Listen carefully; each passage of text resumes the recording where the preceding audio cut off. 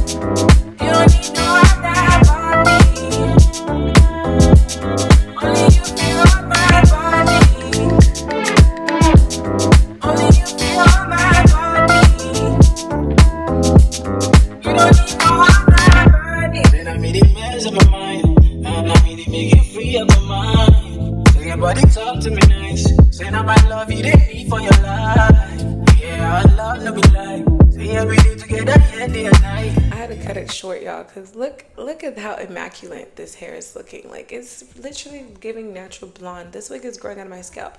Like, what do you mean, what color did I use to dye my hair? Babe, I'm a natural blonde, okay? And it's really the prep work I did like before installing this wig. Basically what I did was I did pluck this wig, and I also bleached, not bleached because you can't bleach the knots on blonde hair, it's already like blonde and bleached, but I did tone it. I did tone the knots using a light brown color, like hair dye color, to kind of like give it more like a scalp look, because the knots on blonde hair like this usually come super white. So yeah, I did that to make it look more like scalp. And I also did tone the hair itself, like not like, I would call it more like a purple shampoo bath. I just literally just washed it in purple shampoo to kind of help remove any other extra yellowness that might come with the hair, because this is supposed to be like an ash blonde, but it's giving more like a 613 in my opinion. But a little bit toning kind of helped it like reduce the yellowness of it all. And here you probably see me not working in my sections and just installing the wig all at once. And I did say you shouldn't do that, but look, I'm a professional, okay? And this is the other side. This is not really like, I'm still kind of working in sections. I just got really impatient, so I cut all the lace off in advance and started spraying it down. And second, did y'all notice I didn't fast forward or edit any of these clips right here? I feel like for like learning how to learn, I like install the lace. Doing it in real time really helps y'all like visualize and understand how to do it. And after I've laid down the lace with the spray, I already go in with my blow dryer on a nice warm setting and just start pushing and pressing and locking everything in. And y'all will see in 3, 2, 1, the hairline is melted, the lace is melted, it is giving immaculate results. Like, look at that. Come on, that's my hair. Stop playing with me.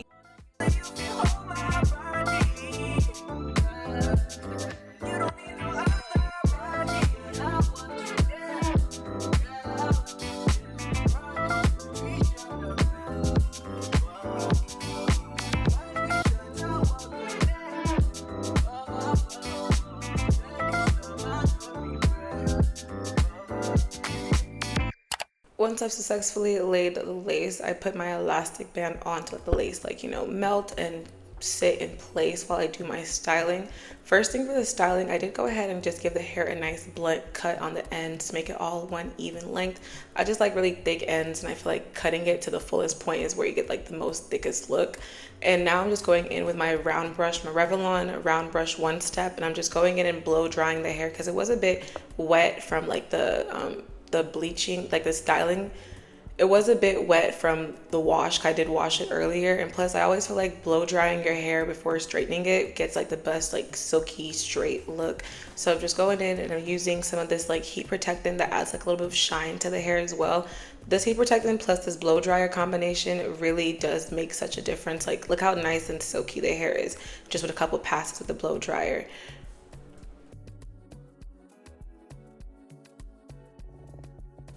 After I've completely blow dried the hair out, it's what it's looking like, and it's giving like, you know, white girl tease. I just call this type of like fun, playful hair white girl hair. Forgive me, I'm not trying to say only white girls can have hair like this. But let's get into like the layer cutting, which is what made like the hair have more movement and fun. So to cut the bang, I just kind of like let the hair fall in the way I wanted it to fall over my face. So like that, and then where I wanted the shortest piece to go, I went in with my razor. This razor I found from CVS. It's like the best razor for cutting layers in my opinion. I'm gonna link it down below. And all I'm doing really is just going in a diagonal angle, but I'm cutting the hair kind of like where it bends on my face to give the look that I like, right? So like if I was to like leave the hair, like hairspray it like that, that's where I'm cutting at. I feel like verbally I have a hard time explaining this, but visually I hope you get what I'm saying. Like I'm just like playing around and tossing the hair around and seeing where like I'd want the shape of it to look, and then where I need it to like stop, I cut it off. And I'm making sure I'm cutting like diagonally and cutting deeper into the hair. And I'm really just using a razor to hack it off. There's no rhyme or reason. It's just me playing around the hair, toss it around, and where I like how it sits is where I cut at. I definitely suggest using a razor or some type of like shears versus regular scissors to do this, because it's gonna give you a nice like messy layered look. And I feel like if I use scissors to do this, it wouldn't give the same vibe.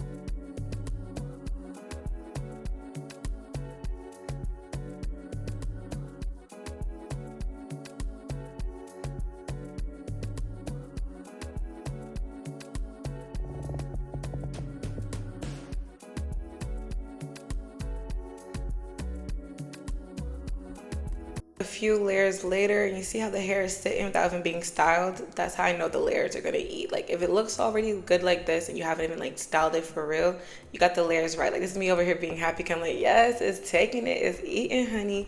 And now I'm gonna go in and just use a round brush and my flat iron to help just bump the ends to help it give that like blowout look. This is my little blowout hack. All you need is a nice little like thermal round brush. I say thermal round brush because it helps like hold the heat from after you put the flat iron on it, and helps you like continuously like style the hair even though the flat iron is off, because it holds the heat. So I bump the ends in towards me, and I use that round brush to like help like rotate around the ends to give it a nice little like blowout type of look without actually having to do a proper blowout.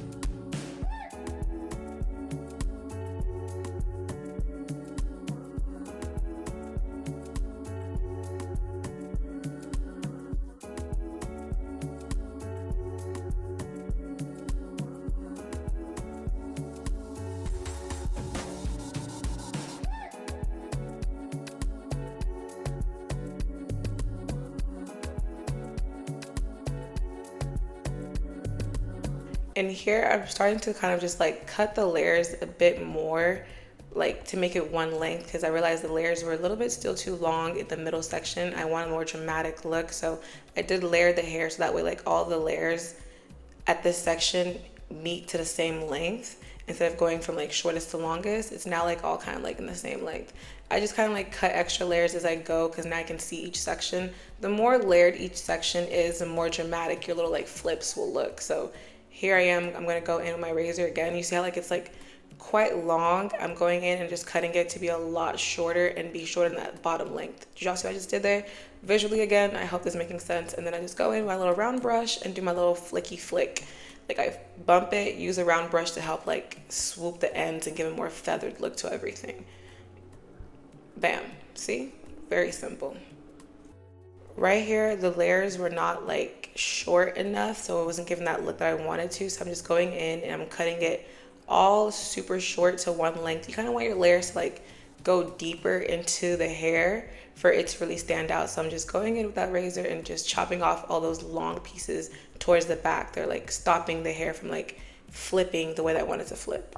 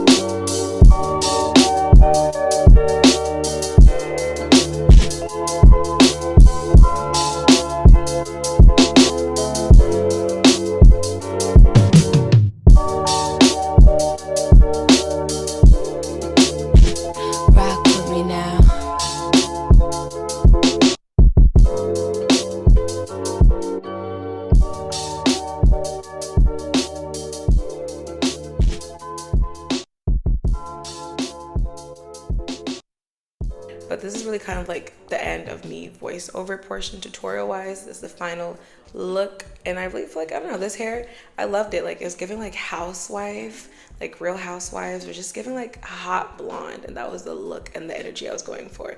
And I love that I didn't do any baby hairs. I think I've learned with blonde hair, you don't need no baby hairs. Like I feel like baby hairs, especially with my skin tone, they disappear with blonde hair. Like literally, like they become invisible once you put them down. So I don't feel like any baby hairs are really necessary whenever I do my blonde wigs. But yeah, that is all I have for you guys in this tutorial. I hope you enjoyed this look. What do y'all like better? This part right here with like the longer layers, or the next clip, which is like after I cut the layers down some more, it's like giving more like rock star hair. Y'all like this, the more layered version, or like the more like neat and demure look from earlier? But yeah, like I said, that's all I have for you guys for today's video. Hope you guys enjoyed it, because I sure enjoyed this look. And I'll see y'all in another one. Make sure you like, comment, and subscribe. And peace out, Girl Scouts. Goodbye.